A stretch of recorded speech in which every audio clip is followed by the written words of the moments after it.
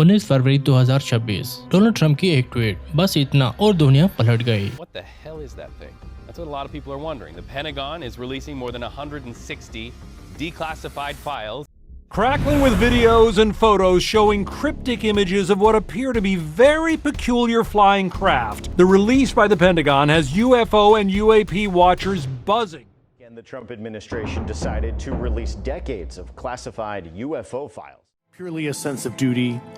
I first swore an oath when I was a cadet 18 years ago, and I still uphold that even out of uniform.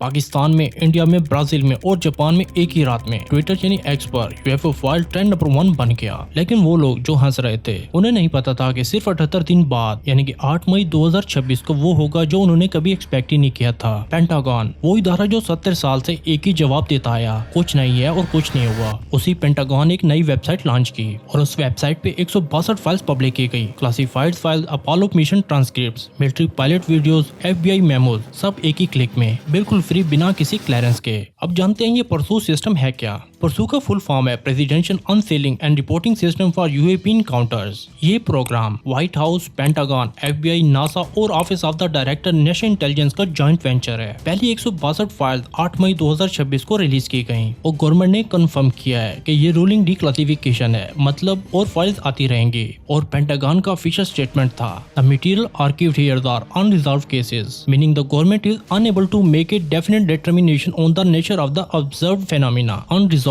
ये लफ्ज notice कीजिए। इन्होंने ये नहीं कहा कि ये एलियंस हैं, इन्होंने ये भी नहीं कहा कि ये एलियंस नहीं है, इन्होंने जस्ट कहा है कि हम नहीं जानते। 70 साल में पहली बार अमेरिका की गवर्नमेंट ने माना कि हम नहीं जानते। तो सवाल यह है कि इतना सिंपल था तो 70 साल तक छुपाया क्यों गया। इस सवाल का जवाब ढूंढने के लिए पहले समझना होगा कि ये परस्यू सिस्टम एक्चुअली है क्या और उसके अंदर क्या छुपा था, क्योंकि 162 फाइल्स में कुछ ऐसी भी हैं जो आपकी रात की नींद उड़ा देंगी। 162 फाइल्स, लेकिन ये सिर्फ नंबर्स नहीं है, बल्कि ये कई दहाइयों की खामोशी का बोझ है जो आप कागज पे रखा हुआ है। इन फाइल्स में क्या था? 1940 की FBI की फील्ड रिपोर्ट, जिसमें नॉन ह्यूमन बायोलॉजिकल एंटिटीज का जिक्र था। मिलिट्री पायलट टेस्टिमोनियल्स जो 1950 से लेकर 2024 तक के हैं। नासा के अपोलो मिशन की ट्रांसक्रिप्ट्स और पहली बार publicly unedited infrared cockpit videos जो पहले सेंसर ग्लिच कह के डिसमिस कर दी जाती थी। परस्यू रिलीज में FBI की 1950 की फील्ड रिपोर्ट्स भी शामिल हैं, जिसमें non human biological entities recovered from crash site का जिक्र है। ये उस वक्त के हैं जब रोजवेल इंसिडेंट 1947 के बाद मिलिट्री इन्वेस्टिगेशन शुरू हुई थी।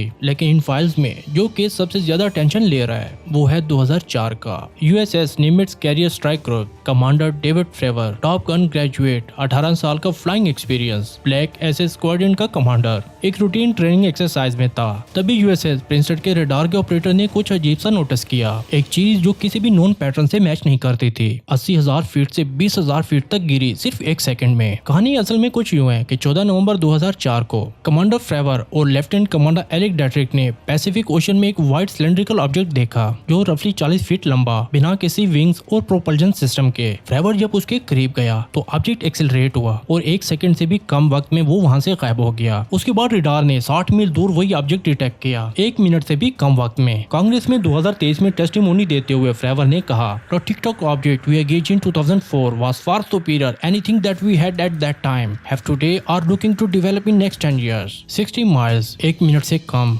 कैलकुलेट कीजिए स्पीड, ये रफली 3600 माइल्स पर आवर से भी ज्यादा बनती है। हमारे फास्टेस्ट मिलिट्री जेट की top speed 1500 miles per hour है। और फ्रेवर के बाद दूसरा पायलट गया, लेफ्टिनेंट कमांडर चार्ड अंडरवुड, जिसके पास एडवांस इंफ्रारेड कैमरा था। उसने वीडियो बनाई, वही वीडियो जो आज दुनिया में टिकटॉक UFO वीडियोस के नाम से जानी जाती है। ये वीडियो 2004 से 2017 तक क्लासिफाइड रही। जब न्यूयॉर्क टाइम में इसे पब्लिश किया तभी दुनिया को पता चला और ऑफिशियली इंक्वायरी शुरू हुई। लेकिन यहाँ एक और अजीब बात हुई। फ्रेवर ने कांग्रेस को बताया कि इस इंसिडेंट के बाद कोई ऑफिशियल इन्वेस्टिगेशन नहीं की गई, बस सिर्फ एक स्टैंडर्ड डीब्रीफ। जब ये इतना इंपॉर्टेंट था तो चुप क्यों साधी गई? जुलाई 2023 में एयरफोर्स वेटरन और intelligence officer major David Grusch ने कांग्रेस के सामने स्वॉन टेस्टिमोनी दी कि यूएस गवर्नमेंट एक multi decade UAP crash retrieval और रिजर्व इंजीनियरिंग प्रोग्राम ऑपरेट कर रही है। उसने कहा कि 40 से ज्यादा विटनेसेस ने उसे क्लासिफाइड टेस्टिमोनी दी और उन्होंने ये non human biological recovery confirm की। क्रोश ने ये भी कहा कि उसे ये क्लासिफाइड प्रोग्राम एक्सेस करने से भी डिनाई किया गया और उसके बाद उसे प्रोफेशनल रिटेलिएशन फेस करना पड़ा। जमीन पर और समंदर में इतना कुछ हुआ, लेकिन असली राज छुपा था कहीं और। वहाँ जहाँ इंसान सिर्फ पार गया, वहाँ जहाँ से वापस आने वाले एस्ट्रोनॉट ने कुछ ऐसा देखा जो उनके ऑफिशियल ट्रांसक्रिप्ट में कभी नहीं आया, यानी कि चांद पर। 1969 बज़ ऑल्ड्रिन और नील आर्मस्ट्रांग पूरी दुनिया टीवी पे देख रही थी, लेकिन कुछ ऐसी चीज थी जो टीवी पे नहीं आई। लेकिन अब 57 साल बाद परस्यू फाइल्स ने वो ट्रांसक्रिप्ट पब्लिक कर दिए जो पहले कभी रिलीज नहीं हुए थे। न्यूली रिलीज परस्यू फाइल्स में बज़ ऑल्ड्रिन की 1969 की डीब्रीफिंग ट्रांसक्रिप्ट है। ऑल्ड्रिन ने डिस्क्राइब किया कि चांद के पास पहुंचते वक्त उन्होंने एक साइजेबल ऑब्जेक्ट देखा। वो इतना बड़ा था कि उन्होंने मोनोकुलर लगा के देखा। उसी रात उन्होंने केबिन में लाइट फ्लैशेस ऑब्जर्व किए। उन्होंने ये भी नोट किया कि वो एक फेयरली ब्राइट लाइट सोर्स था जिसे क्रू ने पॉसिबल लेजर समझा। ये सब ऑफिशियल ट्रांसक्रिप्ट में था जो 57 साल तक क्लासिफाइड रहे। अपोलो 11 अकेला नहीं था। अपोलो 12 नवंबर 1969 astronaut Alan Bean lunar module pilot ने कुछ ऐसा रिपोर्ट किया जिसके बारे में नासा ने कई दहाइयों तक कुछ नहीं बोला। बीन ने डिस्क्राइब किया कि उन्होंने पार्टिकल्स और फ्लैशेस ऑफ लाइट देखे जो सेलिंग ऑफ इनटू स्पेस जा रहे थे। और अपोलो 12 की एक फोटोग्राफ जो अब परस्यू फाइल्स में अवेलेबल है, जिसमें लूनर सरफेस के ऊपर और रेदन के थोड़ा ऊपर एक हाईलाइटेड एरिया ऑफ इंटरेस्ट है। कुछ अनआइडेंटिफाइड ऑब्जेक्ट विजिबल हैं। पेंटागन का कैप्शन अनआइडेंटिफाइड फिनोमिना विजिबल, बस इतना, कोई एक्सप्लेनेशन नहीं। परस्यू रिलीज में अपोलो 17 के डॉक्यूमेंट्स हैं। दिसंबर 1972 एस्ट्रोनॉट हैरिसन जैक श्मिट ने डिस्क्राइब किया कि लॉन्च के बाद स्पेसक्राफ्ट के पास बहुत से ब्राइट पार्टिकल्स और फ्रैगमेंट ड्रिफ्टिंग और थम्बलिंग कर रहे थे। क्रू ने स्पेकुलेट किया कि ये आइस क्रिस्टल हो सकते हैं, लेकिन ऑफिशियल ट्रांसक्रिप्ट में कोई डेफिनेट एक्सप्लेनेशन नहीं दी गई। और एक नासा फोटोग्राफ अपोलो 17 की जिसमें लूनर स्काई पे 3 डॉट्स एक ट्रायंगल फॉर्मेशन में क्लियरली विजिबल हैं। पेंटागन का statement there is no consensus about the nature of anomaly, लेकिन न्यूली एनालिसिस ये इंडिकेट करती है कि ये फिजिकल ऑब्जेक्ट हो सकता है। नासा का ऑफिशियल स्टांस आज भी वही है, no evidence extra terrestrial life और स्ट्रक्चर। लेकिन परस्यू फाइल्स में लिखा है कि unresolved cases, no consensus, physical objects. फर्क नोटिस कीजिए, नो एविडेंसेस और नो कंसेंसस, ये दोनों अलग बातें हैं। नो एविडेंस का मतलब है कि कुछ नहीं मिला, लेकिन नो कंसेंसस का मतलब है कि कुछ मिला लेकिन हम नहीं समझ सके। 57 साल अमेरिका के सबसे ट्रेंड, सबसे इंटेलिजेंट, सबसे केयरफुल एस्ट्रोनॉट्स ने कुछ देखा और हमें बताया नहीं गया क्यों। और अगर ये सब नेचुरल फिनोमिना था तो उन्हें क्लासिफाई क्यों नहीं किया गया? अभी तक हमने जो देखा वो था ऑब्जर्वेशन का सवाल, क्या दिखता है। लेकिन साइंस सिर्फ आंखों से नहीं चलती, साइंस चलती है नंबर और फिजिक्स से।